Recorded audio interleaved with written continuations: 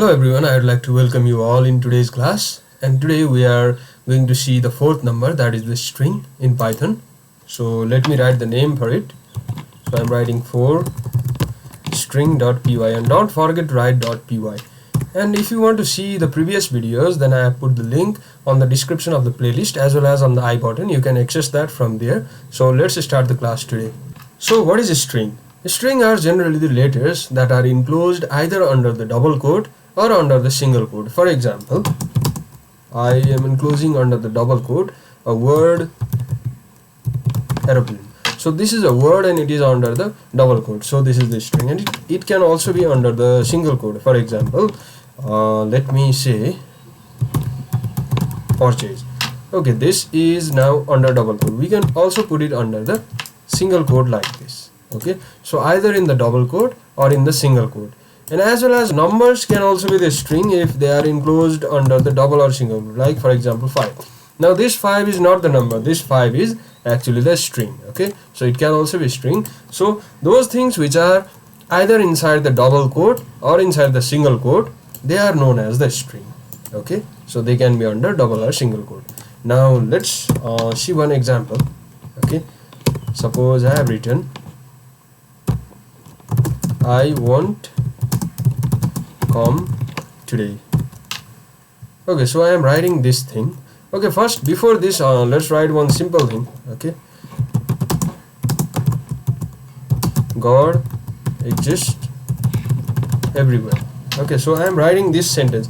Sentence can also be a string. Okay, so it is enclosed under the double quote, so it is also a string. Now let me print this.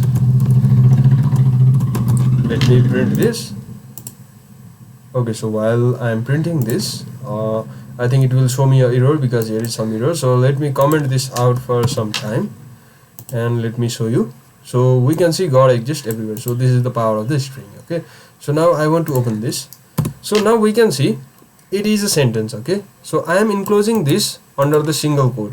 Single quote is also fine, but here is already a single quote inside, so it will throw me an error. The Python will understand that this is opened here and this will be closed here, so it will throw us error for remaining of these things. Okay, so how can we overcome this thing? How can we solve this thing?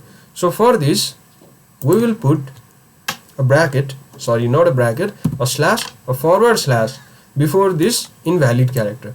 This is the invalid character, and before this if we add a forward slash, then it will become a valid character. It can change invalid characters into a valid character. So let me give you an example.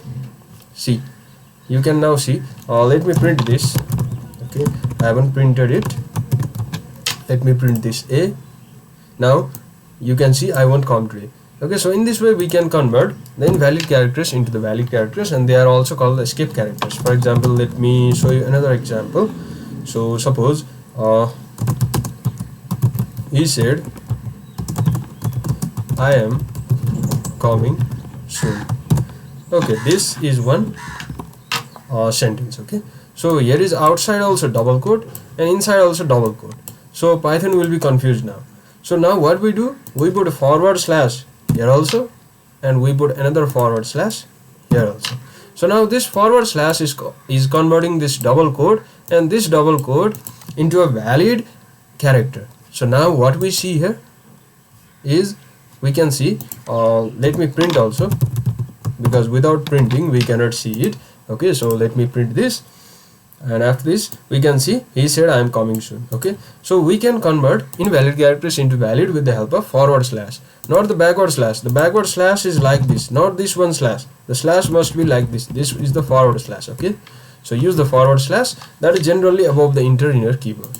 So let's move on to the triple quote now. So what is the use of triple quote then? For example, I have one paragraph. Okay, so let me write one paragraph. Okay, suppose this is my paragraph. This paragraph contains two paragraphs. This is very long, so I want to put this under this quote. Okay, this double quote. Now actually it will show me an error if I print this. If I try to print this, so let me print this. What has arised here? Okay, let me print this. Now see, it is showing me the error. So now how can I solve this thing? I can solve this thing by using a triple quote. So let me put a triple quote here and again end it with another triple quote. Now if I put the triple quote here and here, then actually it will be a valid string. So for the string which are of the multiple lines like this, we use the triple quote. So let me print you this. See, you can see this has printed this, and we can easily print these things. Now instead of this, we can also put triple double quote like this. Okay, we can also put the triple double quote like this, and if we print this, then it will show us the same result. Let me show you another example. This poem, Twinkle Twinkle Little Star. Okay, so let me print this, and it has printed this also. And now I want to show you the importance of this triple quote. That is, if I put some space over here, then let me see, the space will arise over here also. And if I put some spaces over here like this, then it will come here also. So the advantage of this triple quote is that if we put spaces here, then it will show us the spaces to the user also. So it is one of the importance of this triple quote. Now let's move on to another topic, that is how to cast the specific letters in the string. Like for example,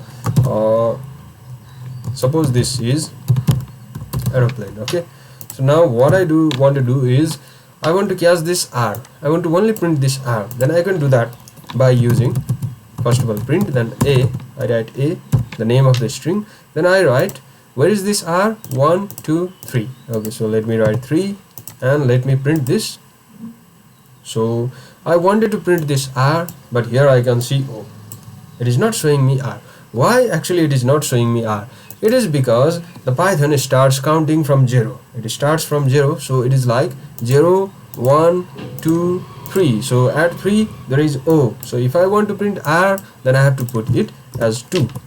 So in this way I can cast the specific letters of the string. So I can see R here.